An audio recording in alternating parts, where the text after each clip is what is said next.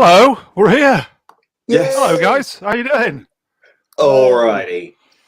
I will just say, courtesy of our friends at StreamYard, the software for this this white male ramble. So I do appreciate StreamYard for the generous donation of the trial period. So thank you, guys. As I said to them at the time, it was basically. With all this lockdown stuff that's going on and people being isolated, that the idea was to kind of have a, if you're feeling a little bit down, a little bit alone, just come on, talk for a bit, just ramble on, talk shit.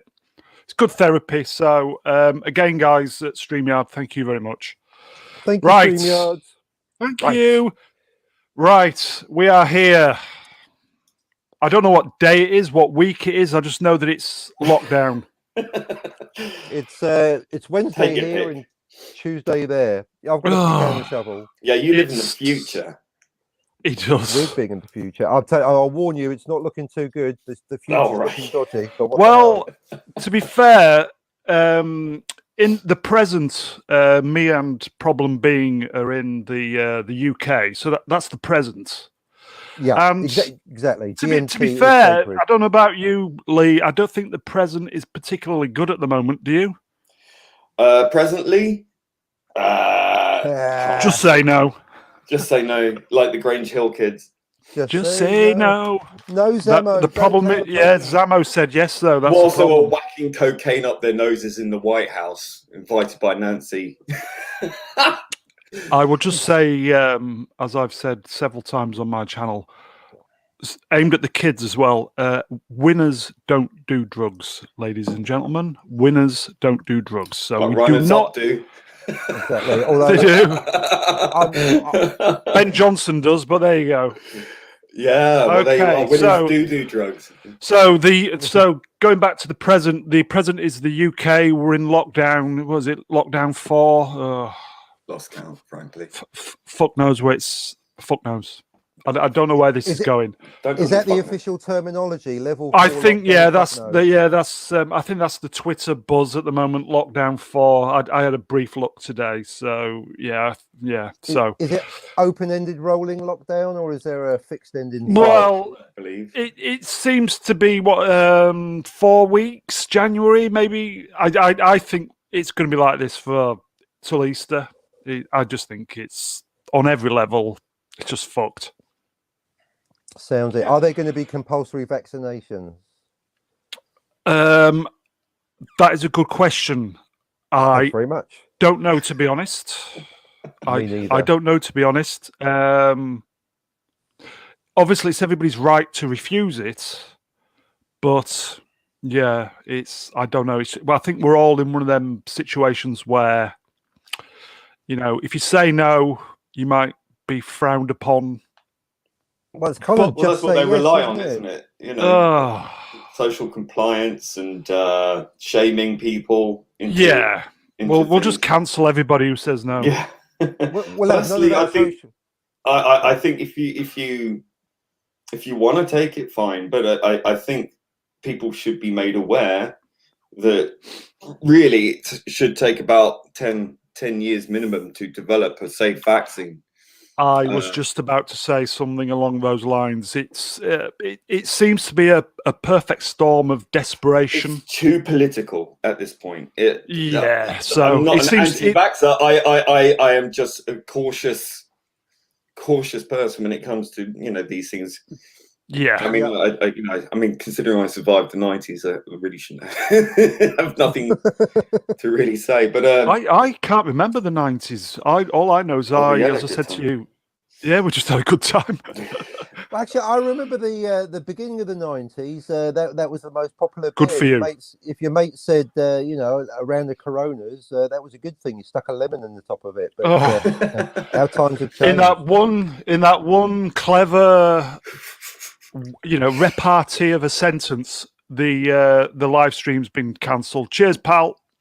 Well, we're talking beer. Beer. You said the magic word. You said the magic word. Anyway, right. So you too. Beer. So The Coof, going back I'm to at the being Coof, at the sorry. me and Lee are in the present. So Captain Lee- Opinion is Lee and I. is. Thank you. Sorry. I But yeah, yes. but yeah, speaking to you from the future. And in fact, Can I'll I, go whoa, get you whoa, started. whoa, whoa, my Whoa. channel. Can I just say, ladies and gentlemen, our two viewers, thank you for being here. And what a wanker! How did you know? I just picked up on it straight away, my friend. Right, But look, you're in the future. 13 hours in the future. Whereabouts is the future for the people Right. at home? Well, this is the key thing. Well, I'm in Kiwi land, but the thing is not recognised by New the official Zealand. calendar. Yeah, correct. I'm also 6 months in the future, as evidenced by my sunburn, which you can't see at the moment. I'm the opposite Yes, colour. the So this is- seasonal future.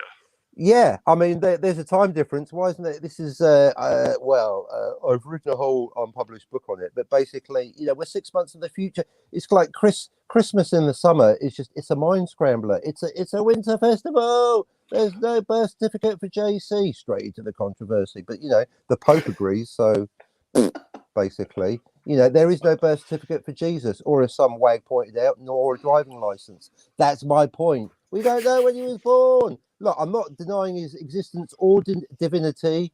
If my ex-wife's listening, because she's very, into that kind of thing, and rightly so. I'm just saying it's a pagan winter festival. And Well, they did say actually that by following and tracking what they assumed to be what the star was that led to the birth was Jupiter, and It that was its point in the convergence. sky was during April, I believe. there you go.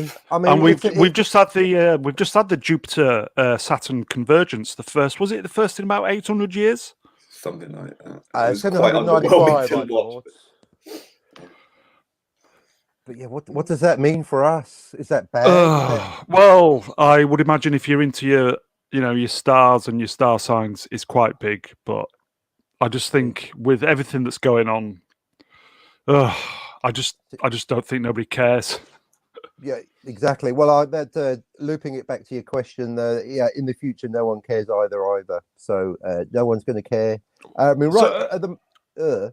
With regards, you can't get a word in edgeways with this fucking guy. With no comment. with regards, obviously, Lee and I have gone into Lockdown, the sequel, number Sound like a 4. married couple. What's the present situation in New Zealand? Obviously, because you're in your summer season, and the Coof doesn't like the summer season. Yeah. Oh, just to say for the algorithm sensors, the word I said earlier was referring to beer, although I was making a pun, so I think that should be like a half a restriction. But anyway, yeah. Basically, the situation here is sheer. I won't use harsh language. Sheer fucking hubris, because we're like, please. There's I'm gonna introduce another house rule for the channel. One of the house rules is no farting. Oh, damn. Another one is belching. What about quiet farts? Silent but deadly. Well, as long as I don't hear it. And rule number 3 is no follow-throughs. Yeah, we are of an age. Rule number 4 is do not mention the no in hubris. That is like an open wound to me. Or any fan of Star Trek, especially Picard, that's like sticking a knife in their back. So rule number 4, no in hubris ever mentioned on this channel, please. It won't happen again. Right, I'll put away my salt for your wound. Putting away the salt now. Yeah, sorry about that. I've not even seen it. It's just the entire thinking and the entire message that is behind that. I don't want to go there. Yeah, let's not go there. Okay, hold on. I mean, unless you want to go there. but you clearly don't. No, so thank let's you. not. But I mean, I Lee, find- one of your mates is in, by the way. Oh, good Lord. The fucking bad penny of the chat. Don't be cringe, mind Führer. I don't know. Right, I don't even think we've not even right. I'm going to introduce. Right, okay. Let's get a bit more professional, for God's sake, instead of just rambling and being just Yeah, that's totally not gonna happen. all over the fucking place. Right, okay. I'm Mr. Brown, and the channel is basically it's the therapy channel for just usually for toxic white males, but the invitation is open for anybody. If Very you're inclusive. exclusive, we are Exclusively exclusive. inclusive. I was just about to say that. Fuck me on As I said, it's a therapy channel. If you're feeling down or alone, just send me a message. Got Come one on. in the audience. We have. It says, "I am." Oh no, I can't say that. I thought it said, "I am back," and then because I haven't got my glasses on, I thought, "Oh shit, better not It's go got a there." black soul. I know that. black, all the colours black. Right. Okay. So. There's a reason for that memory. Okay, so I'm Mr. Brown. As I said, I've just started doing all this stuff, just kind of therapy sessions, just to stop me going into the dark hole that is the dark hole of one's bottom. It's not good. It's not good. I know Lee's been there. It's just not good. I would like to introduce my first guest. I've spoken to him before. And he's not a bad lad. He needs to lay off the Twitter a little bit, but that's just me. Well, that must be me then. It's you, mate. It's you. That could be anybody. Oh, Problem being, hello, sir. How are you? Yeah, being a problem apparently. You just need to just walk away. He's not a bad lad. High praise. He's not a bad lad. Not bad So, lad. How was Christmas, New Year, my friend? Shit. How was yours? Although I have to say, my not neighbours quite as gave shit. Good Christmas food. That was good. How were they? Decent people. Other than that, it was shit. I think I slept through most of it, and I certainly slept. I certainly slept over New Year's for the Doctor Who Christmas special. I wasn't going to watch that. God. For the life. I just think a lot of people want to hibernate. To be fair. Yeah, right. It's definitely that feeling. Like, wake me up when it's over. Wake me up before your vaccine. Right. I was just about to introduce, and I just know this guy's going to be a fucking problem. You got two in your hands. Problem being taken as a name. Anybody who's got opinion in their name, you just know is going to be trouble because, as I've said previously, opinions are like arseholes. Everyone's got one. I think it's a double hit on this guy. Captain Opinion, hello, sir. Yeah, good evening, good day, good morning to you both, and to all our viewers, especially the thousands of viewers that are going to be watching the repeat of this once it gains the infamy it will deserve. Infamy, they've all got it, infamy. I've got it, infamy! Brilliant. I rolled that one in for you, didn't I? Has the Carry On films been cancelled yet? They're on BritBox, hilariously. They are. We should cancel them so now. great. They are so great. I remember a few years ago, one of the newspapers were putting out all the really, really good DVDs for free. I think on the weekend paper or the daily paper. It was a paper that I would never read in a million years. No, The Sun, no, I don't think it was that. the Star, the Daily Sport. The New York Times. I don't think it was the New York Times, being that I live just outside Leeds in the UK.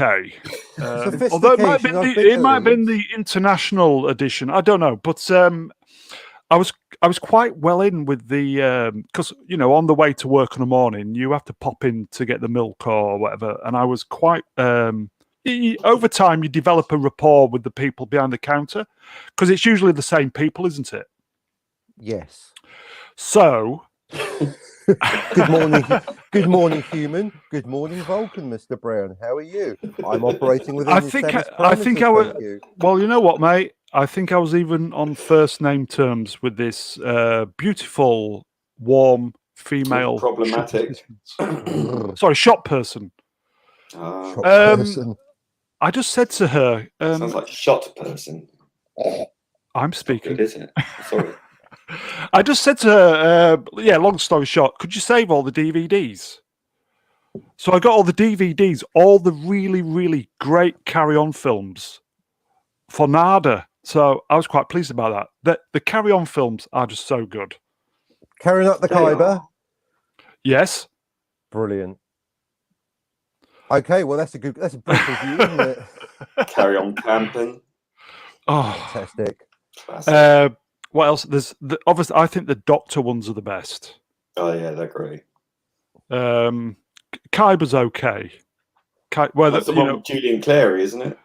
No, that was the Oh no, that was Columbus. Columbus. Yeah, I've seen snippets of that, but that's the one with that's Jim past Dale. its sell by date. That Yeah, the whole point of Carry On was the fact that it had Sid James, Hattie Jakes, Kenneth, Kenneth Williams. All those. So, yeah, yeah. I'm quite partial to Carry On Abroad.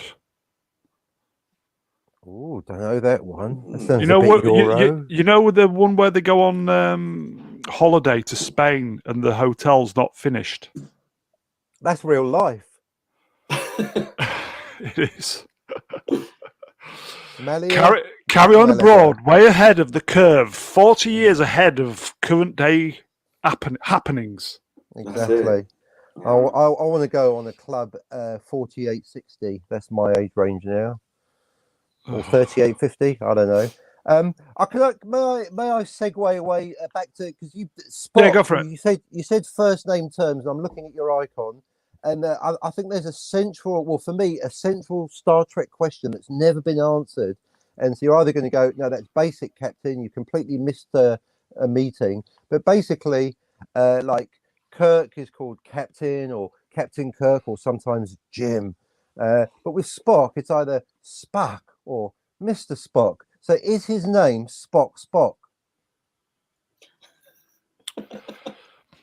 Ladies and gentlemen, Wow. this is a guy That's who deep. wrote the Broken book. Star Trek. No. You wrote the book. You wrote the book of Talking Utter Bollocks. Yay! I have, and it's rubbish. Spock has got a first name, but it is unpronounceable by humans. Spock. So have that. All right, Wow. I'll take it. How'd you spell it then? IT. Ah, brilliant. Information technology. Oh, we're in. This is Banter 101, people. This is wit. Listen, you would have to get up pretty fucking early in the future to catch me out, pal. I It did. is. Literally 3 a.m. I'm still half asleep. And half You dead. might listen. You might have a chance if you're 14 hours ahead. That's 1-4. 13. Never You're gonna happen. not going to do it, mate. You're not going to do it. It's 11 or 13, and there's a magic window twice a year where it's 12 hours, and you do the maths. But Well, you know what? You're fucked. yeah, well, that's a chance to be a fine thing, wouldn't it? Right. Okay. Look, we've had 20 minutes. Oh, We've had dear. 20 minutes. I can't believe we've still got 3 people who've stuck with it. They must be Yeah. Must Yeah, be. probably Some one of years them's a me. I've fallen asleep at 3:10 in the afternoon. Well done, guys, for sticking with us this long. We've not even talked about Llama Man yet. I can't believe you guys didn't remember Llama Man on that other broadcast. I'm glad I'm not. We're just not We're not sad like you.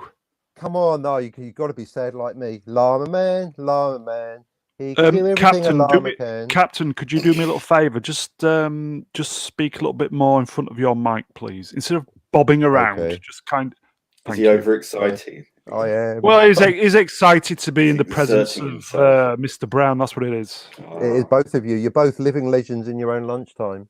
Leg ends. Yeah, leggings exactly. Not Right. leggings. Okay. Focus, So come on. I've basically got to pick a topic for you two to discuss. Is the format, isn't it? Wonder Woman. Please don't.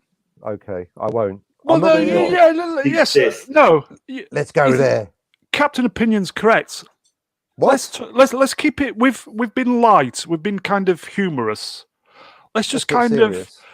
let's get serious. Let's just slowly move into the serious stuff. But Wonder Woman. Captain Opinion, your thoughts of Wonder Woman 84. Well, this is it. This is welcome to our new segment, film reviews of films we haven't seen. Next week, Tenet. Yeah, given that I haven't seen it, it's rubbish, isn't it? Oh, there's so many reasons. First of all, well, I mean, it's not Chris Pine, is it? You can't just take over someone else's body. That's just it's just wrong on so many levels, Ms. Yeah, that was a bit bad. If it had been the other way round, who brigade would have been like rabid dogs. Exactly, Well, and they were rightly anyway. so. Yeah. So yeah, what's that all about? I mean, is there going to be a deleted scene where she roofies him as well? Goodness. It's Captain, please speak in front of your mic. I'm getting annoyed now. Oh, That's how's serious this? shit. Stop bobbing around the room because you've got so much nervous energy, for fuck's sake. Look, bipolar disorder's not easy. I'm on a high right now, and it's just coffee. And you're doing it. You're exciting me. Anybody who's got, can I just apologise to anybody who has bipolar, as it is a very serious condition. So Yeah, sorry, I do have it. So it's one of those, I'm fat. I can make fat jokes. But but in all seriousness, what's misunderstood? It is the modern term for manic depression. And I just thought that was a great song by Jimi Hendrix. But they should really call it mania depression, because the point is that half the time you're up. You're like, yes, I can take over the world. So right. it's almost quite frankly, the downers are worth it. For me, speaking personally, it's for those, because the thing is, it's don't you guys, if you have it, I just assume everyone else has it if they're broadcasters, but it's just, you can, when you get that, I can take over the world, I'm gonna start a channel, write a book, go shopping for hot toys, and then all the things happen. You're like, well, it's almost like it's a mental thing that infects other people. You can go a long wave basically a manic wave can carry you far. And then 10 minutes later, it's like, I can't be fucking arsed. Everything's useless. I'm going to die, and I'm going to live longer before I die. Everything's terrible all the time. Yeah. Oh, So, God. How long have you suffered from that? Good question. The prognosis was, God, this is getting serious. I've gone to my therapist probably my whole life, but I didn't realise it. I mean, I had a good streak. Sign of a good host. Exactly. Well, that's what possession's all about, isn't it? Yeah. Possession's 9/10 of spiritual law.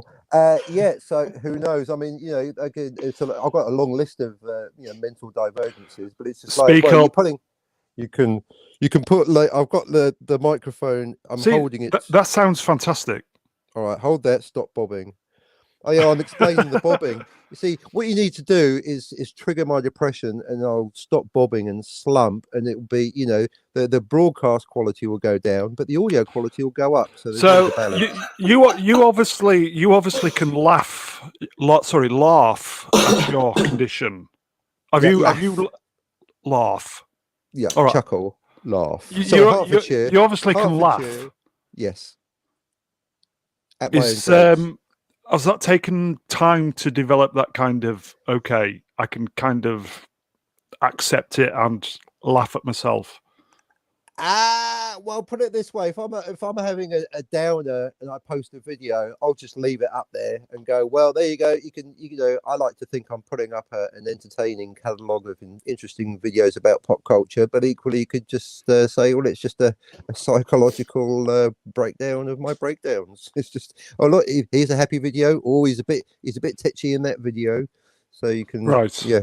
So for you, what would be classed as a bad day, a low day? I think depression's worse than anger in a way, because you're just like, can't be asked. I think, speaking from experience, sorry to interrupt, I think anger and depression are very, very connected. Oh God, yeah.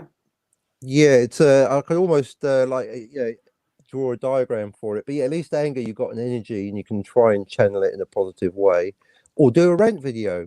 But depression's kind of like, I'm gonna stay in bed, I can't be asked, what's the point of anything, the universe is going to collapse on itself anyway. Been there. I know Lee's been there. So well, there you go, folks. So just all I can say is plow through it, because there's always a bouncy up mode with poor audio around the next corner. There's always poor audio around the next corner, my mate. That's why that as well. be thankful you're all being spared the poor video. Well, I don't know. I've seen 2 of your videos. I thought they were pretty fucking poor, to be fair. Oh, brilliant. Let's have a review. Which one?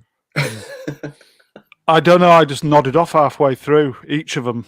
Yeah, that's what analytics say as well. I'm going to start doing topless shots of Sam Fox. No, you did the what was it? I saw the one today, the Star Wars one, where you kind of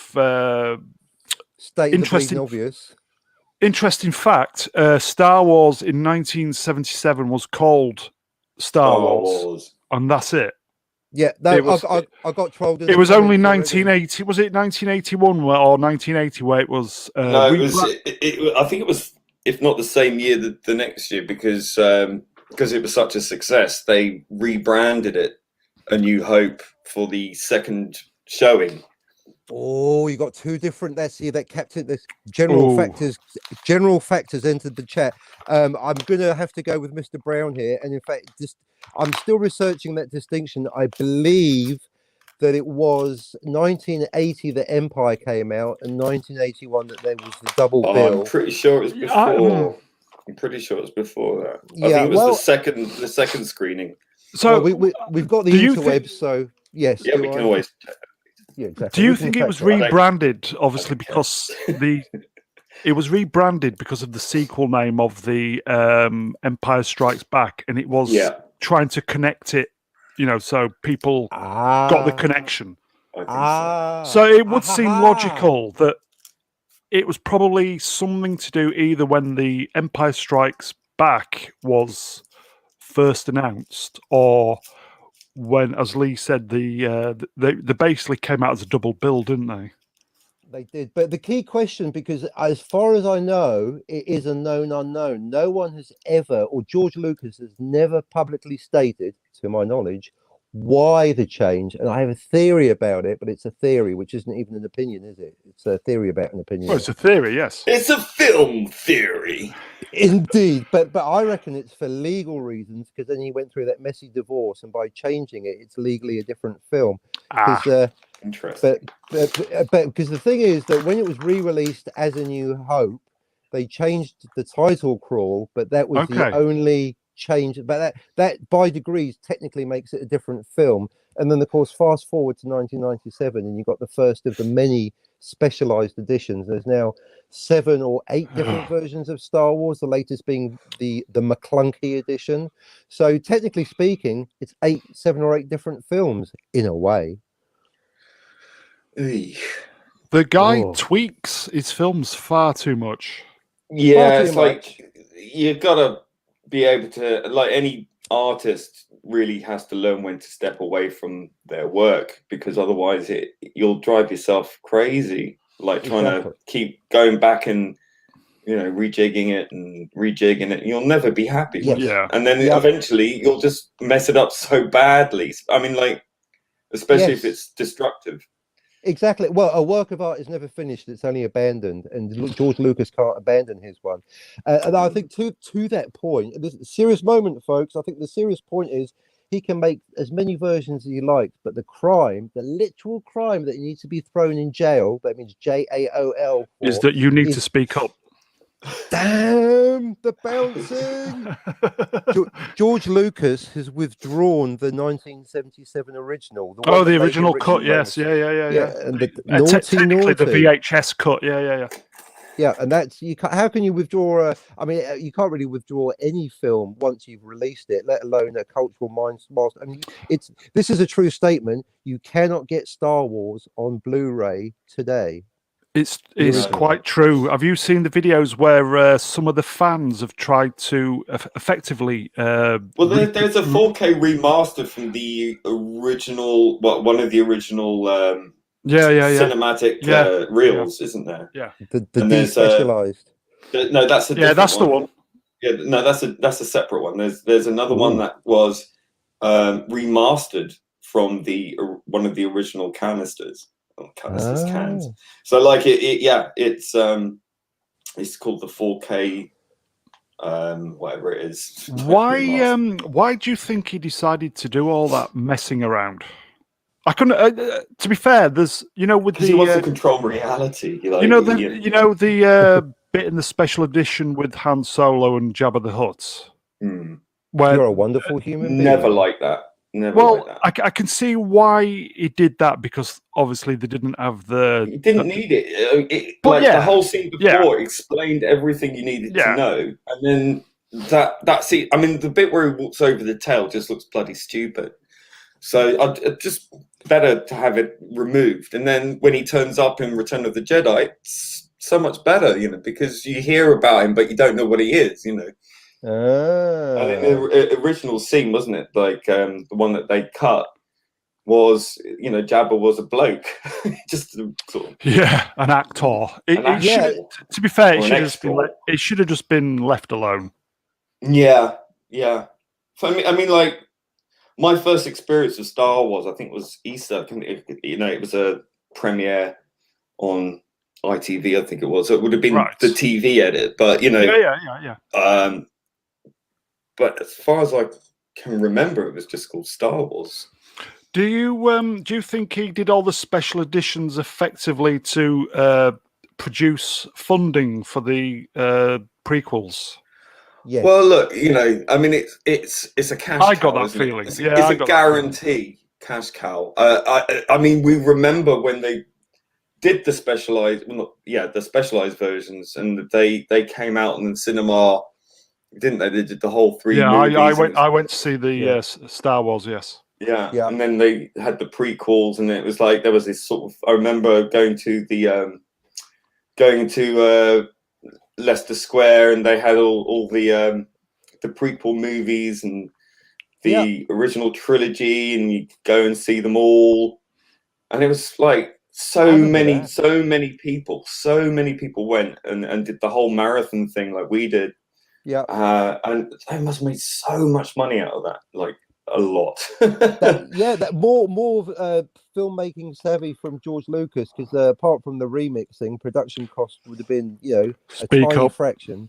I'm literally holding the mic. Damn, these are meant to be good headphones as well. How's this? Perfect. Okay, good. I'll hold it like this. It's all right. I'm getting more depressed now, so it should be more steady. We are as well. Don't worry. Misery loves company. Swinging. Oh my god.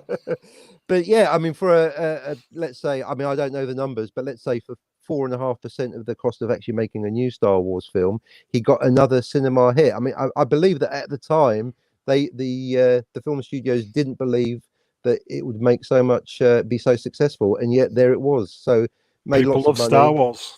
People love Star Wars. Well, they did. They did the original. What is Star Wars? Do you count Disney Star Wars as Star Wars? I don't. I've decanonized it. Why do you think he decided to do the? Oh, sorry, I thought that was a question. It is, but I just haven't asked the end bit yet. The end bit. The last few words of this. No, why do you think? Well, why do you think? Why does anybody think? That's a very deep question. It annoys I people. think therefore I am. Ah, Cheers, Lee. yes, yes, the most truest statement ever made. Descartes is a god. Anyway, bookmark that.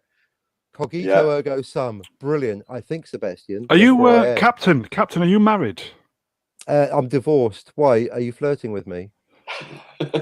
Far from it, mate. You. So is it just Don't. you? Who's the? Are you still living with the Kizzy? I can't speak. The Kiwi lady. Nah, no. She moved out, and I'm alone in this house. But it's good, better than being homeless, isn't it? So We all count are, your mate. blessings. Yeah, We no, all it's are. good. Don't worry. I got to say, I'm happy to boast that I've got a very nice relationship with the ex, especially if she's listening. You are always correct, and no, it's good. Best divorce ever. I mean, to anyone going through a bad marriage, seriously, it's better to have a good divorce than a bad marriage. So just cut it off, move on. It's brilliant. Words of wisdom. There you go. Let it be. Let it be. I've never had the pleasure of being married. Nobody loves me No, really? apart I'm from my little shocked. cat. So Wow, colour me shocked. I had £5 on, twice divorced. guys, Yeah, so my let's father's been married 5 times, so Player. wasn't 5 times, wasn't 4 times enough? no. 5. Is it 5 or 4? I've lost count. Hold on. How many times has he divorced? 1, 2, 3, 4, 5. Yeah, 5 times. Here's one for you. Sorry, I note the in-breath there. Yeah, half a second of silence. Boom, I'm in there like a rabbit. That's not even a valid metaphor. My father, rest his soul, was Catholic, and yet he managed something that Henry VIII couldn't do. He was twice divorced. I don't know how he did it. He had 3 church weddings. It's like Henry VIII couldn't get away with this, Dad. How'd you do it? Oh, I know people. Where there's a will, there's a way. Indeed. Indeed. Can we just we'll just finish off on Star Wars? Question: why did Mr. Lucas decide to do the prequels instead of doing the continuation of the Luke story? Because he made some cock and bull story about having this plan that he's always had since the beginning. That didn't he say he'd always wanted to start with the Phantom Menace? I was just thinking, Right. Yeah, I doubt that. Yeah. I really doubt that. Yeah, cock and bull story confirmed. Well, actually, I have been debated on this by other YouTubers, not mentioning any names, Norms. And actually, I've got to defer to, I'll say publicly, I'll defer to Norms. He's like the expert on the prequel trilogy. So, and I realized, I guess I can't argue what was in George Lucas's head. Only George Lucas can tell us that. But certainly from the writing, well, here's a specific example of why I think he didn't think it through. If you rewatch episode 3, as I have, 3PO's on Tatooine with the Lars family for like 10 years. So that ruins, quote unquote, episode 4, because rather than going, can you speak bocce, Uncle Grumpy Owen should be going, 3PO, it's you! What are the odds if you're coming to exactly my farm? Oh my goodness, how the hell have you been? So, things like that. And they said that, well, they claimed, didn't they, that C-3PO's mind was wiped at the end of Revenge of the Sith, but R2-D2's wasn't. Am I right? Yeah, so that maybe that's what that beeping was in episode 4. It's like, hang on, we've all been here before. What the hell? And yet says nothing to C-3PO. Nothing to C-3PO. Brilliant. I've never actually heard that. Someone write that one down. Nothing to C-3PO. Brilliant. Plot holes is what you're saying. More plot holes than much. the galaxy's got black holes. As I said on a stream the other day, no film is perfect. All films will have plot holes, but there's a certain trust between the people telling the story and the audience. Mm. If the storytellers are taking the piss, Chibnall. then all there you Johnson. go. I rest my Abrams. case. I rest my case. Yeah. Yeah, it seems to It's be a just- culture of that, isn't it? Yeah, Like, oh, I it's- can't be asked. And this is why they're so obsessed with destroying canon, because they're so lazy. It's easier to destroy canon to get the blank slate than it is to write within the lore. Yes. LORE. And I just think that insults your paying audience who've been following these things for most of their entire lives, and it's a cop out, and it's a cop out for lazy ass writers, and it's a culture that really needs to end. Exactly. Lee, That's did why. you? Sorry, Captain. Carry on. Sorry. I say that's why we're here. That is almost the reason for a lot of these channels is we gotta take these people to task, because I don't know if they're well-meaning idiots or evil geniuses. Space Or just reference. idiots. Yeah, they're just. But either way, they're cocking it right up. Quite frankly.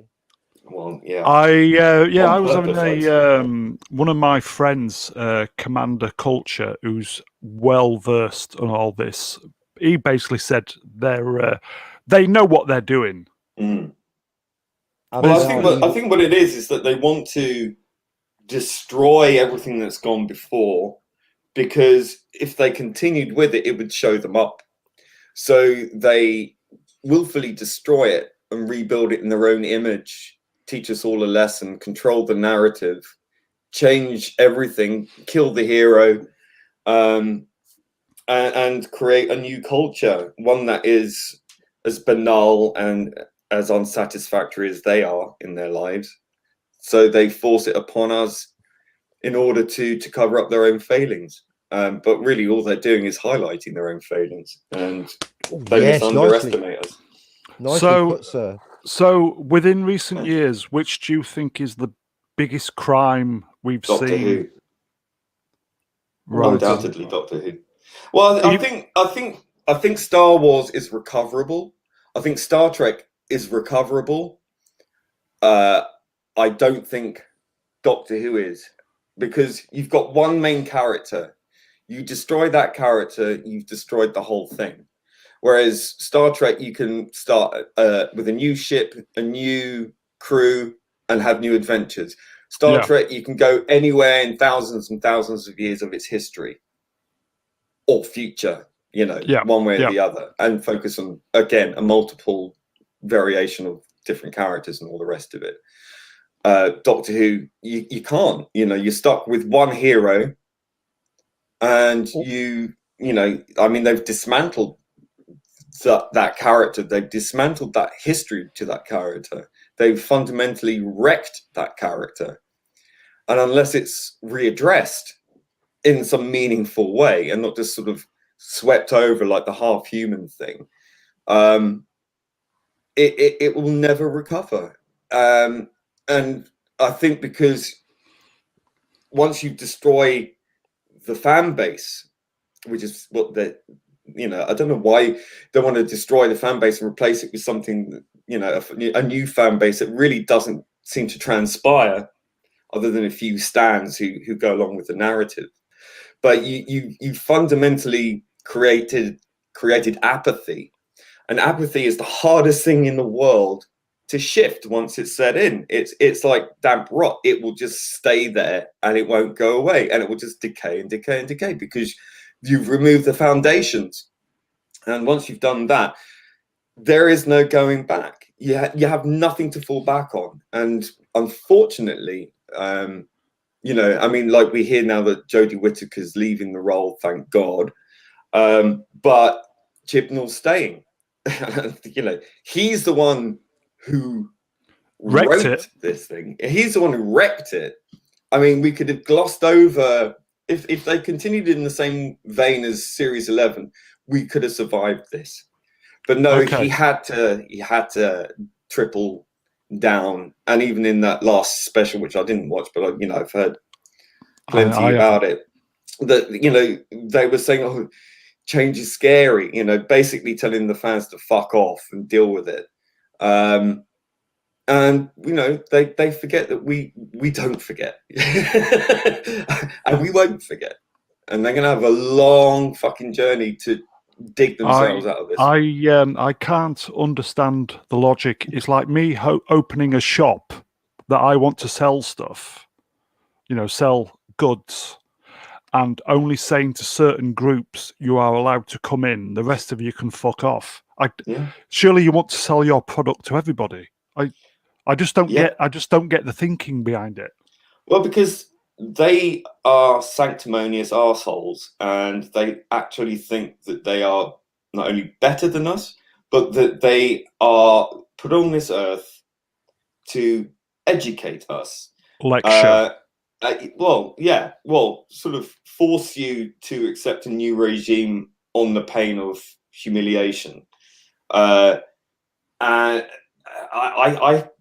kind of find that tactic a bit delusional, somewhat. And I think that these are the same people, usually white middle class people, there are who other accuse other people of being groups. white supremacists. And I'm sorry. Yeah. They are the white supremacists. They are usually white middle class people, and they are sanctimoniously superior to us. Well, they believe that they are.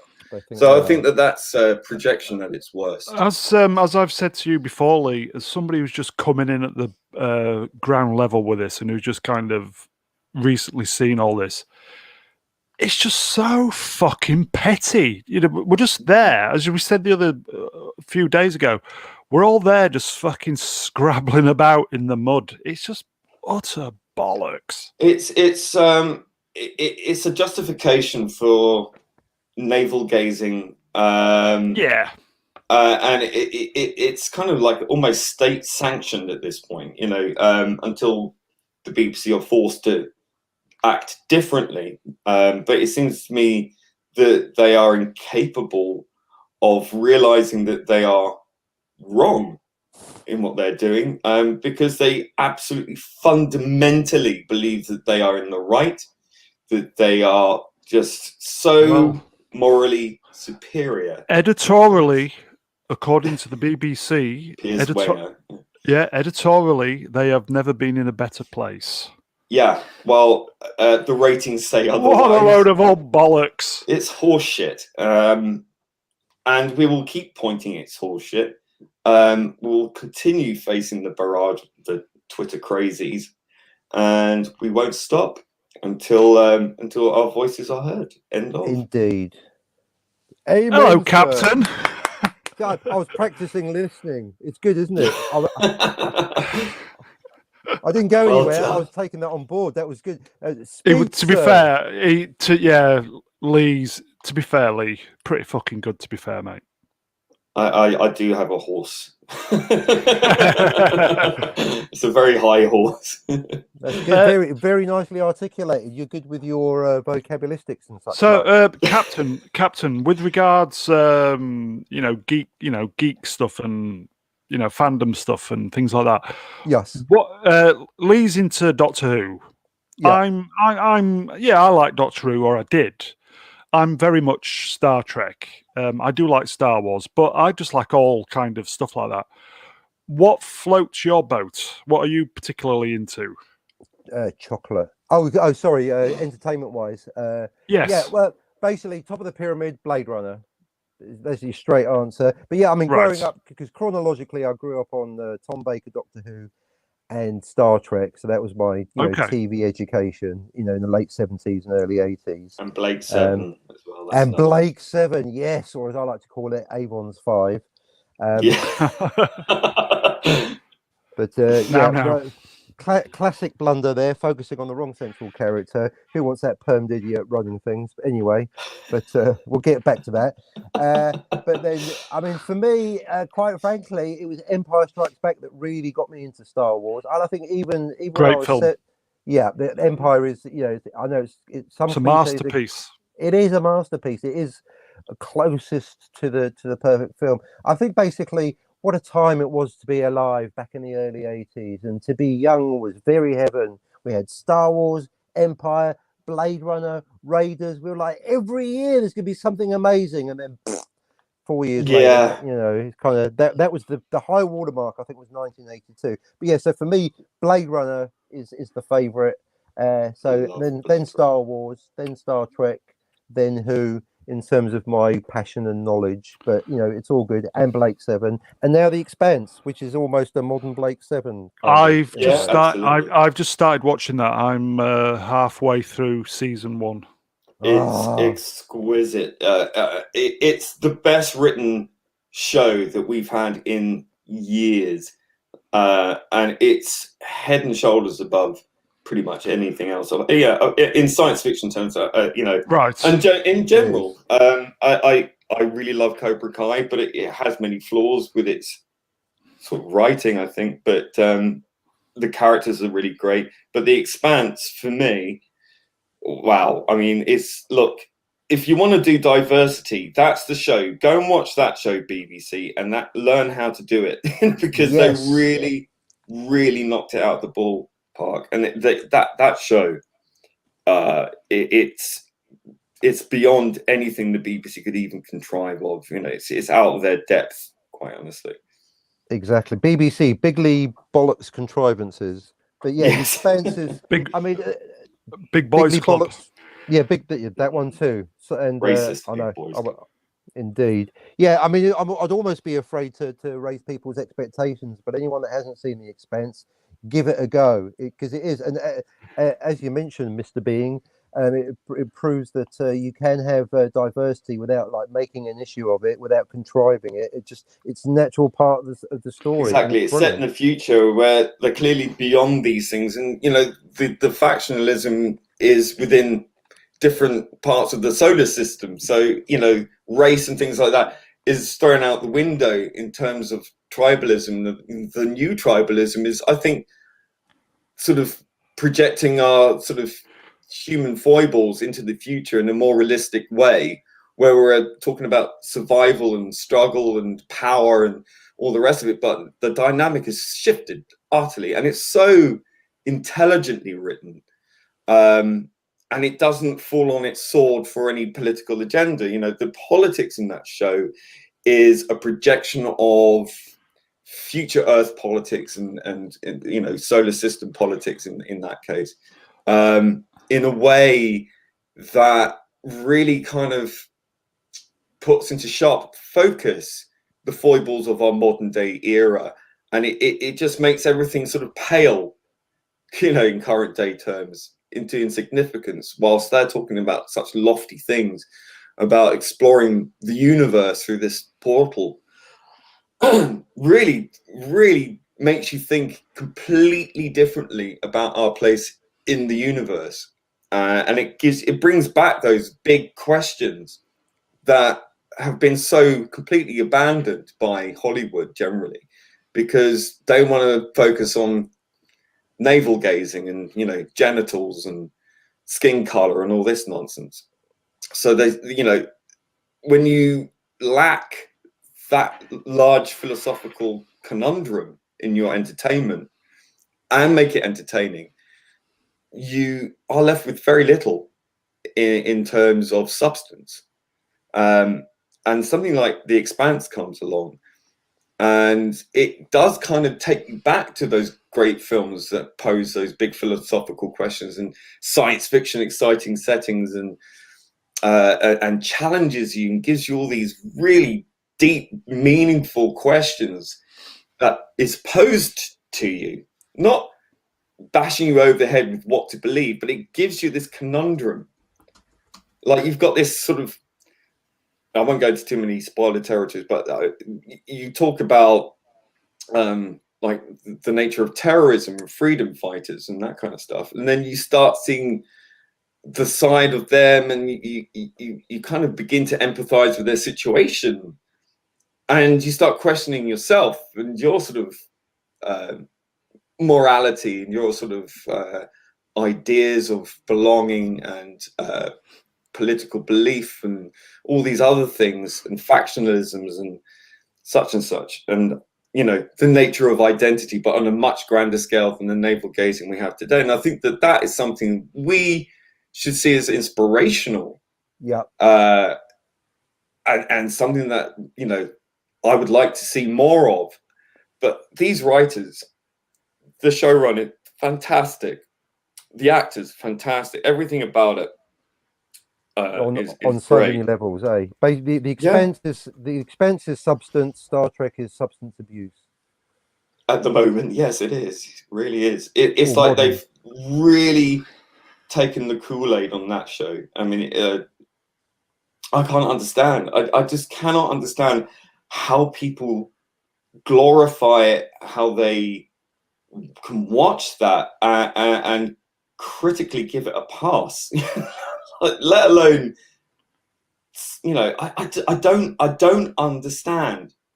It's like, have these people like forgotten what good entertainment is? Has it been so sparse that they've just completely eradicated their sort of entertainment history from their canon? You know, I just don't understand how you could go from enjoying so many. I mean, we were a sport generation for such great cinema. We were. And TV shows growing up, and I don't understand, like, how did we get to this point where people watch things like Star Trek Discovery, Batwoman, and all of these things and go, yeah, you know what? That was really good. Like, are you insane? Yeah. Are you fucking mad? Like, really? It blows my fucking mind. And to go from the highs of Doctor Who, you know, the Pertwee era, the Baker, and people who grew up with that, and the people who grew up with the New Who era with like Tennant and Smith and Capaldi to some extent, and then accept this drivel that we're currently receiving and celebrate that. It's celebrating mediocrity, and I don't know what that says about the audience. I don't get it. I just do not understand it. I don't want to understand it. Yeah, it makes me angry. They wish they could be mediocre because they've just gone completely over the other side. It's substandard by any metric. I just really fail to grasp the level of banality. It's beyond banal. Do you think they've actually forgotten what they're in the industry to do? No, I think they're very, very acutely aware of it. I just think that they are themselves absolutely inept, and because they are so inept, and because they've managed to worm their way into the industry through cronyism and nepotism, which is pretty much BBC. Always been the way. Yeah, and pretty much most of Hollywood, right?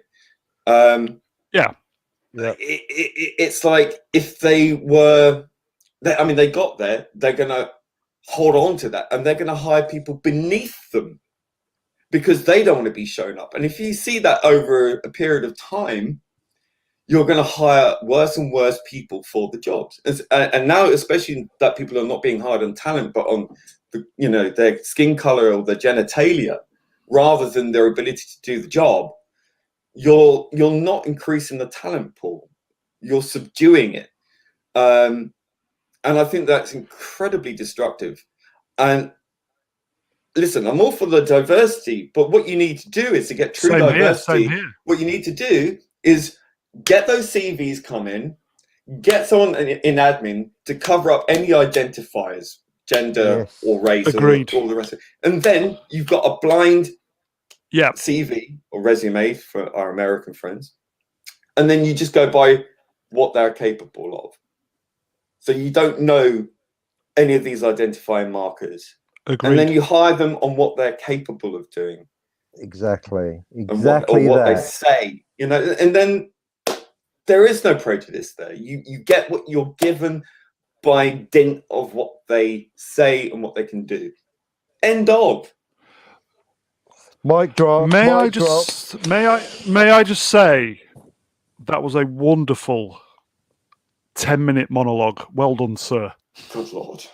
I told you my horse is high. That's good done. You didn't even see the screen with the comments that I was putting. You need to look at the replay. Honestly, mate, fantastic. I can tell with Doctor Who that it's raw. It's raw. It kind of is. But at the same time, Like, I mean, I couldn't even watch this special because Same here. I knew what I was going to get. And people can say it was better than normal, it was this, that, the other, and it wasn't as bad, and all the rest. I don't care. Like, my standards were set long ago, right? Yes, yeah, no, That's that's a it. valid Like, point. I'm not willing to lower my standards to accept this because it's better than what we've been getting. Not good enough. Just like with Star Wars, to go to a food metaphor, if the original trilogy of Star Wars was a nice steak dinner, or if you're a vegan, a nice salad, and then the Disney trilogy was I don't know, a turd sandwich, then you know, the Blandalorian is tapioca. But oh well, tapioca is better than shit. Get it down, yeah. Isn't I it? mean, like, The Mandalorian, they went back to basics 101 with that. I will say in its defense, whilst it's not overly complicated, like, I think one of the main criticisms of the show is it's not particularly it's a very overly simple cartoonish thing, right? So I get that, absolutely.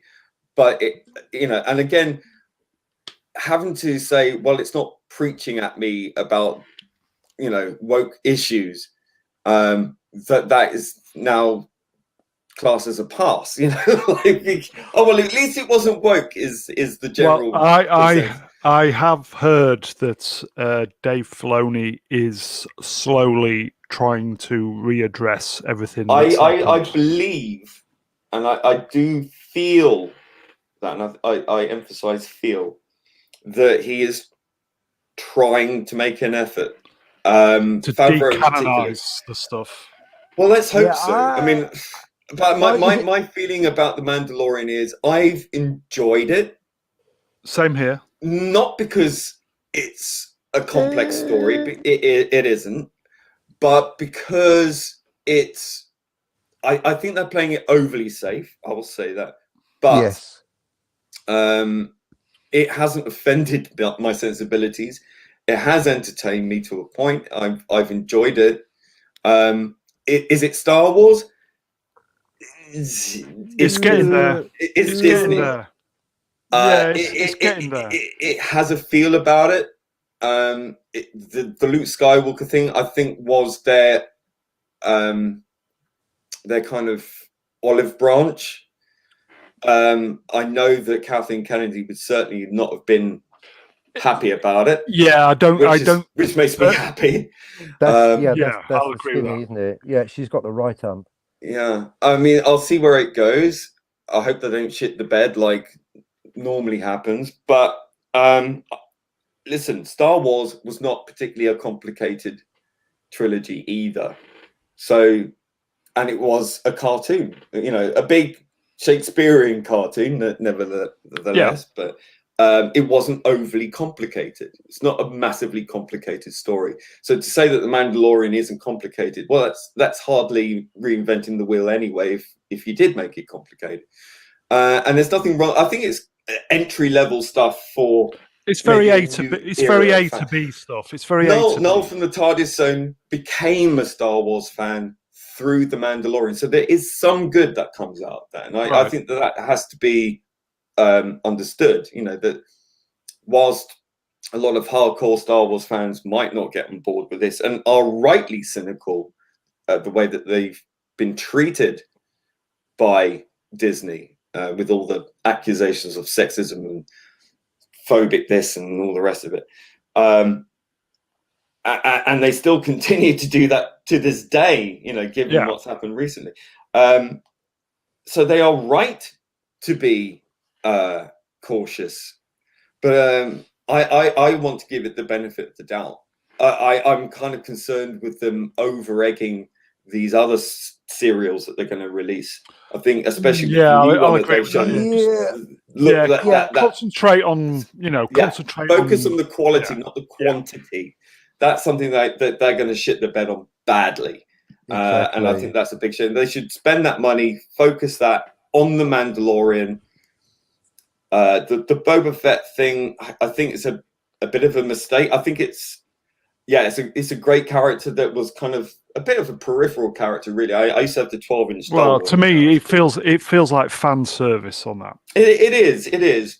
But given the fan destruction that they spent most of their time on with the sequels, I'd rather fan service than the opposite.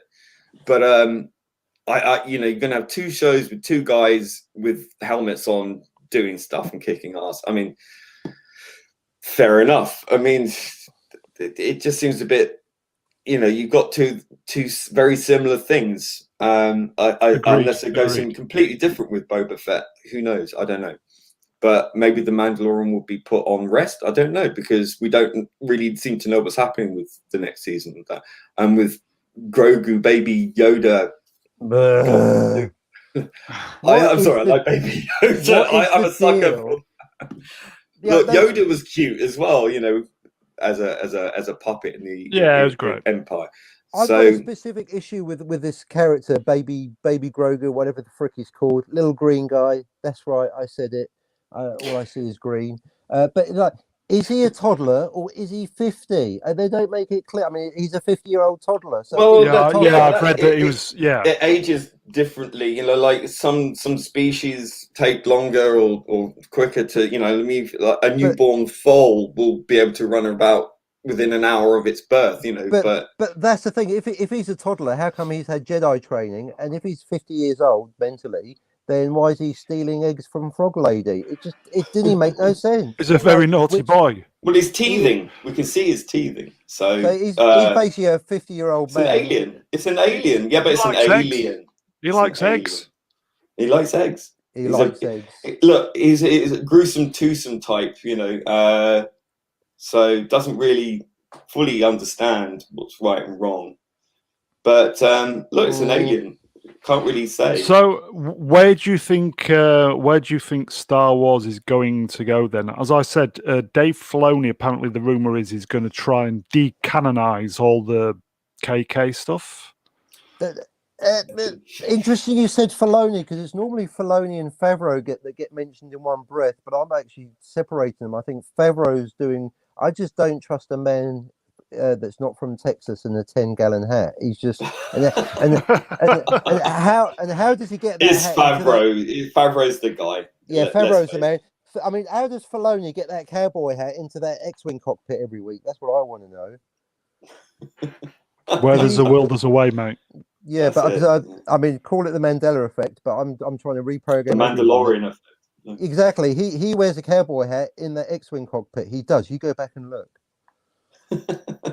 Don't make me do that. So I'm not sure about Filoni. In fact, I watched a great argument between two famous YouTubers going off. I won't mention their names, Az and Jeremy, about Filoni. Oh, right. And whether he was, because he got caught pandering to some feminist conference. Yes, I saw that. Having kind of an imaginary fake hypothetical argument with imaginary fake fans in his head. And people say it shouldn't be dark, or whatever he said. Yeah, so I don't know, just something about that guy. It's just I got a bad feeling about this, but who knows? I mean, yeah, from people who are much more into the Star Wars lore than me, they're very wary of Filoni. They are critics of his creations, like the Ahsoka Tano and all this kind of stuff, and that they feel that he's kind of trying to ram his characters into the canon, and and it doesn't make sense. It doesn't fit. Exactly. Why is she alive? Well, this is the thing. There's a disaster waiting to happen, and I hope they go this route. Call it proto-Schadenfreude. But apparently they might go into timey-wimey nonsense. Outside of Doctor Who, I really, really object, and I think it's lazy writing to inject time travel as a retcon or as a crutch, MacGuffin, basically. All of a sudden there's time travel and they can do all these things and it's all right now. It's just like the laziest thing. Don't like all that. Do it. Well, I don't like it, and I want them to do it because it's going to cock things right up. Well, the veil of the Force. Like if it's if it's like kind of a one-off thing, kind of forget it. But I don't want it to become a staple of Star Wars, where everyone's time traveling all over the place. That would do my head in. What if it's done well though? It's Disney. It's not going to be done well. Well, Kelvin, you never know. Kelvin Universe says, "Hold my timeline." Yeah, right. It's just, I mean, the thing is, I could go into two topics there, but to keep it on Star Wars, there's the internal logic. Basically, does no one die on Tatooine? I mean, Boba Fett died. No, he's alive. Bib Fortuna died. No, he's alive. And Darth Maul, he died. No, he's alive. It's just, it's getting silly. Yeah, it's like the whole sort of Moffat thing, everyone lives. It's just tiresome. It's like just create new characters and have some faith in them and do something. Like you've got how many thousands of years of Star Wars lore to play with, and you're still playing around the Luke era. Like really, look, Star Wars was Luke Skywalker. But that doesn't mean to say that you can't dig back into its past or even into the future of that galaxy and produce a new hero. There is nothing to stop them doing that. And that way you protect the legacy of those legacy characters and you can create something new. But you need to be bold. You need to have the creative talent to do it and the will. And you need the fans on your side to get away with it, so you need a lot of those things to all square up. But the way that they've gone about it, you've got a much bigger uphill climb. Do you think that Favreau's hands have been tied by who? I don't think so. I think he's been quite bold. I mean, I said he's playing it safe somewhat, but yeah, that's true. But I think in terms of playing the game, I think that he's made quite a bold move. I think if there is a power play that we've been led to believe that there is, I think that he's proven his stripes that everything that he touches is a success. Everything she touches turns to shit. Now, I'm sorry, if I was a backer of Disney or an investor or whatever, I'd be looking at that spreadsheet going, she did that and he did that. Right. Let's go with him. I'm just guessing here. That would kind of make sense to me. But again, 2021. But no, the investors would surely just. My complaint. Well, they don't understand it anyway. They're just investing because it's Disney. But if they actually,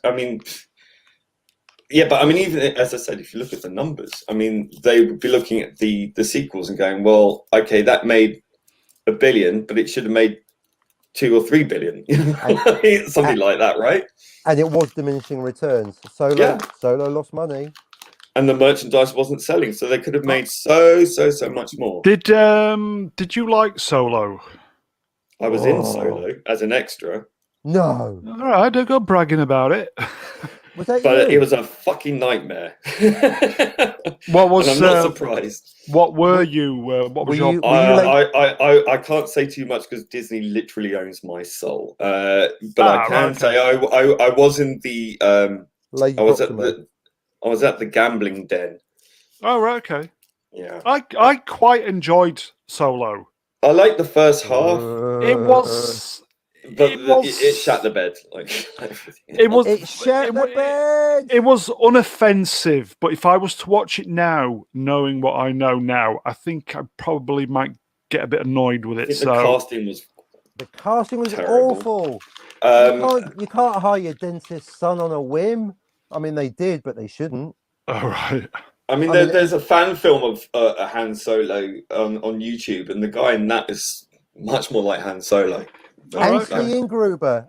On a positive, seriously, Disney, if you're listening, and I know you are, Anthony Ingruber. We've got 2 viewers.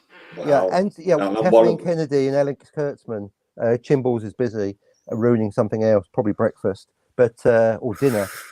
Blake 7. I think Anthony Ingruber is Han Solo, but then that speaks to, as you say, problem being it might be brave for them to try new characters, but then they didn't work too well for Do Re Mi Fa Sol La Ti Po. So I personally would like to see a Han, Luke, and Leia trilogy, and I've got the cast list already sorted. It's basically Anthony Ingruber as Solo, Billy Lord as Leia, and is it Sebastian Stan as Luke? Boom, done. Seems to Let's be the go. favourite. Unfortunately, though, my friend, I think you're kind of slightly missing the point on that. Which is The actors who played the characters are the characters, and that's it. yeah, that's the whole de-aging thing. Even with today's technology. Disney had their chance. And they blew Yeah. it. They They blew blew it. it.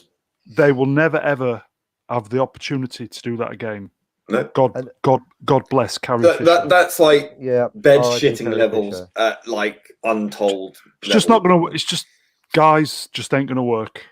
Yeah, That's why I said you got like several thousand years of lore and history. You've got an extended universe that, contrary to what Catherine Kennedy believes, exists. You know? we don't It- have it- any novels, any comic God. books. It we don't did have no such say material. it did say at the beginning of the first film, in a galaxy far a long time ago in a galaxy Time far. ago in a galaxy far, Yeah. far away. What So about we've if they got- said it in the future where they can travel between galaxies? Wouldn't that be interesting? I don't know, it's just an idea. Galaxy skipping.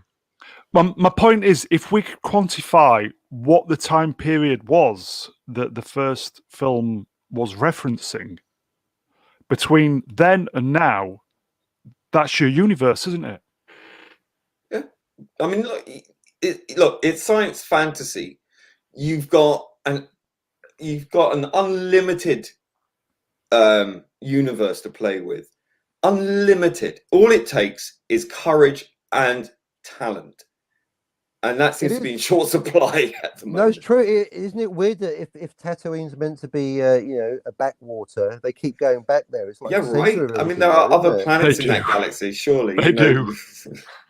There's Yeah. Tatooine, Jakku, and another. It's just all sand planets. I mean, what the hell? They got just too much I sand might, on the flipping backlog. might watch Star Wars. I haven't seen it in a while. I think I might give it a. I think I might watch it Despecialized. Watch the just Despecialized. to kind of cleanse the soul a little. Indeed. Yeah, I did that recently on Noel's channel. We did a Star Wars watch along of the original trilogy. That was great. But it wasn't the despecialized versions, unfortunately. But hey ho, it's still close enjoyable. It wasn't too distracting. I will say, guys, sorry to interrupt. We're at 1 hour 17. We've kind I of need to talked. shoot in a minute. Yeah, shall we call it a draw at 1:30? Yeah. All right. Nice. Good. We've kind of not discussed anything what we were kind of going to discuss. We kind of just involved. Well, let's do it Star now Wars. then. Yeah, Let's do it. No, because it'll be rushed. So What can be said about Doctor Who? Nothing, because you've said it all, mate. Well, that's true. That's true. Look, I feel for you, she's mate. gone. Honestly, I'm glad she's gone. I'm just sad at what's happened, and I'm still frightful for what can happen in the next. What is it? 8 episodes now. I believe it'll be 6 episodes and 2 specials. That's my. You don't belief. think there's no coming back at all? No kind of. Not unless they get rid of Chibnall and Wenger, and the BBC culturally shifts. Look, unless ratings suddenly mean something overnight, it's not going to change. And if Chibnall's not leaving with her, right? I mean, it's rearranging deck chairs on the Titanic. I mean, to borrow that analogy, it always rings true. And he really is the crux of the issue, and Wenger particularly, because he's Chibnall's boss, and he's the one who said that it's editorially the best it's ever been, which is complete nonsense. And I think, as I say, she can go, but he's going to keep writing crap, and whoever I think they're going to struggle to cast a new Doctor that's going to be worth their salt, because any actor worth their salt is going to look at his writing and go, no chance. It's a poison chalice. I think a lot of people of my age, because I know you're just slightly younger than me, Lee, back in the day, I think a lot of people had genuine love for the BBC. Yeah, they Yeah. squandered Because that goodwill 100%. there was, agreed. There was such a huge amount of goodwill for the BBC. They did some great programs, and it was just they was there to entertain us. And it's over recent years, it's just gone off the fucking rails. Well, this is what their hiring practice has been. You know, it's not, again, people of talent. It's people of color. It's people of gender. It's people of LGBT, and you're not hiring from a pool of talent. You're hiring on a pool of people who are classed as oppressed. But again, these people who are doing the hiring are paying lip service to that. I bet you they're hiring, nominally on that level, and that's why they didn't meet their target, because these people are in a culture of cronyism and nepotism. They are racist. They are the very thing that they claim to hate, because they are racialist. They think in terms of race and nothing else, unless it's the alphabet, which I belong to, so I can criticize it. But I think that, which is a terrible thing to say, because everyone should be able and allowed to criticize it. But to me, it's shallow, it's meaningless, and it's detrimental to. Listen, the BBC for decades has been cronyistic and nepotistic and all the rest of it, but at least it kind of worked. and it entertained us. It did. Listen, I'm all for change. That's great. But change for the right reasons, and for naturalistic reasons, rather than this contrivance, which does nobody any good. It just makes everyone look bloody stupid. You're putting people who are not qualified in roles because of immutable characteristics, and it makes them look bad, and you're not doing your job in training these people up in time. You're focusing on ticking boxes, but you're not actually taking into account the level of training that requires. And the quality goes downhill. And who's to blame for that? Well, it's the top people at the BBC, usually the white middle class fuckwits who are focusing on these characteristics as if, that's something that they can, slap each other on the back of, at cocktail parties. And that's something I agree with Nerdorati. Yeah, it's the emperor's new clothes, isn't it? I mean, of course it is. Absolutely. We're at the point where like we know that they're self-righteous twits, and it's just becoming self-evident as it is with Kennedy and Klutzman. Sanctimonious preaching of nothing. Ivory Tower stuff, ironically. I mean, I think the as I said, the BBC. A lot of people in this country, I think, have genuinely have warmth towards the BBC. If maybe, Auntie B. Apathy is their biggest enemy.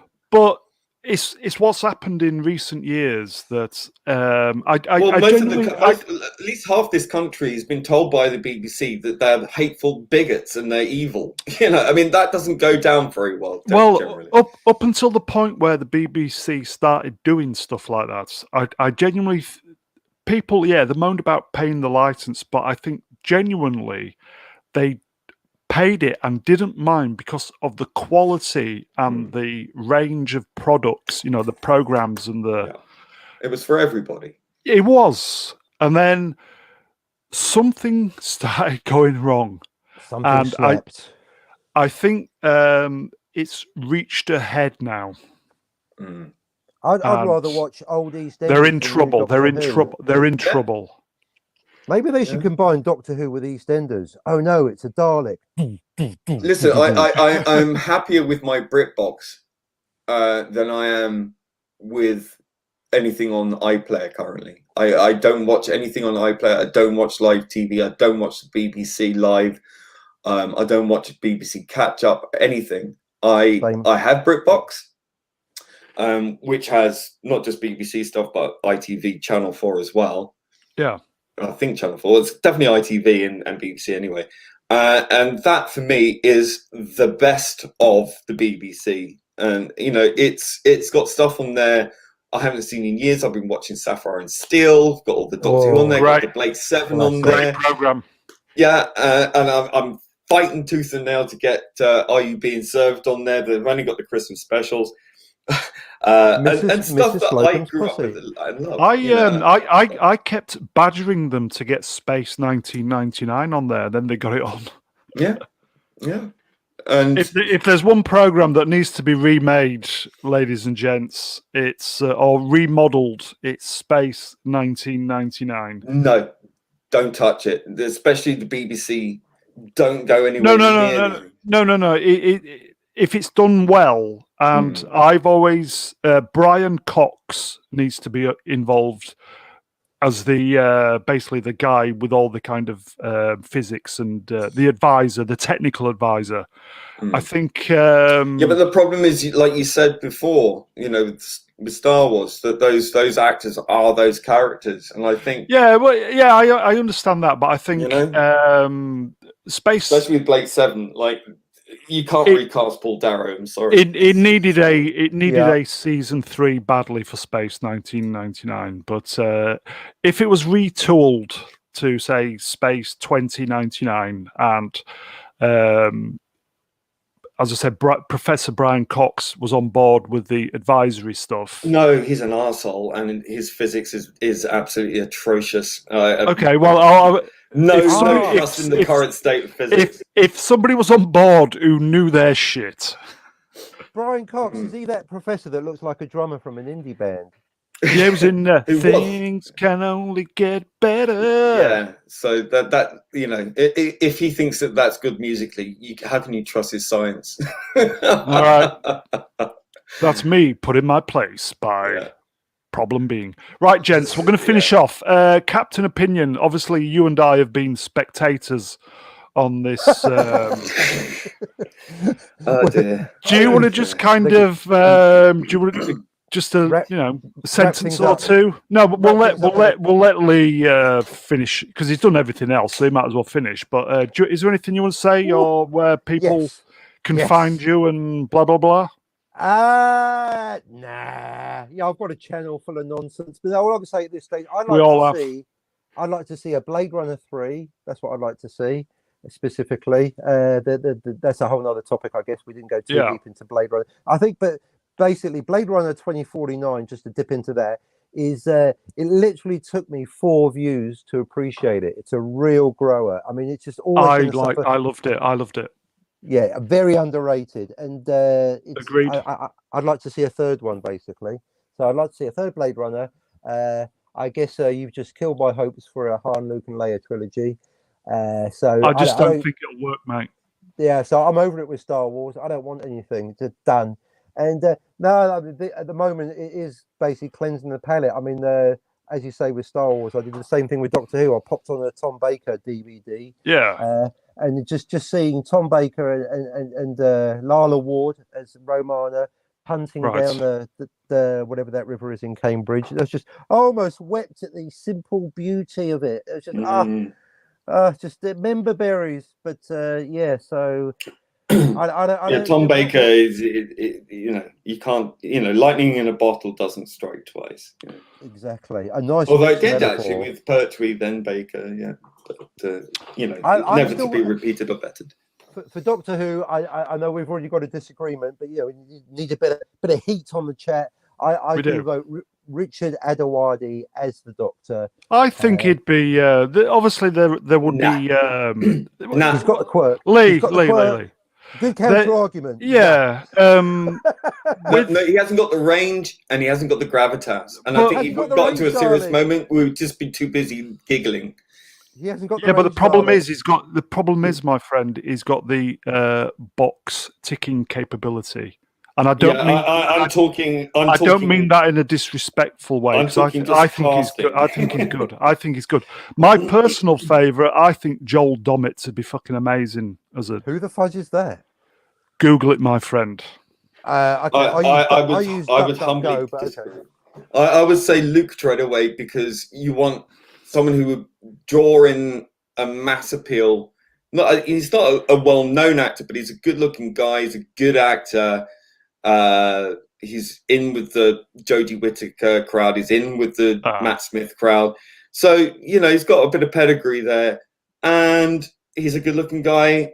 You need another Tennant type. I think he would be very good in that role. Okay. And listen, I would much rather an older Doctor like Capaldi or something like that. But I'm thinking in terms of making it popular again and have a mass appeal. I think he would be really good. And it's sticking to a formula that we know works. And I'm sorry if that's offensive to anybody. Can't help it. That's the way the characters looked for nigh on 50 odd years. I don't see a problem with that. There is nothing wrong with that level of continuity. Yes, the show is about change superficially, but it's a formula that has been proven to work, and there is absolutely nothing wrong with making the character like that. That's the character. Right. Okay. Shall we call the problem being show? Shall we call it? Shall we? It's 1 hour. It's 1 hour 30 of the problem being show. Shall we call it a draw, gents? Yeah, call it 0-0 after extra time. But we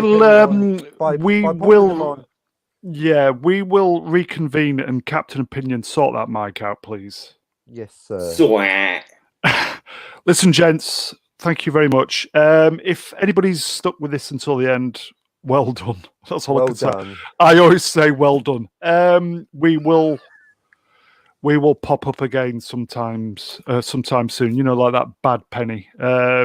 All I can say, Captain Opinion, thank you for being a spectator. Thank you, Mr. Brown, for being a spectator, and problem being, Lee, thank you for presenting and taking. I'm going to wear my T-shirt. It's all about me. Taking the show by the horns and. Said the actress. But that's all the point. That's the point of the show, mate. So well done for embracing that. So shall we call it a draw? Yes. It's a draw. Bye, everybody. Bye. We out. Bye.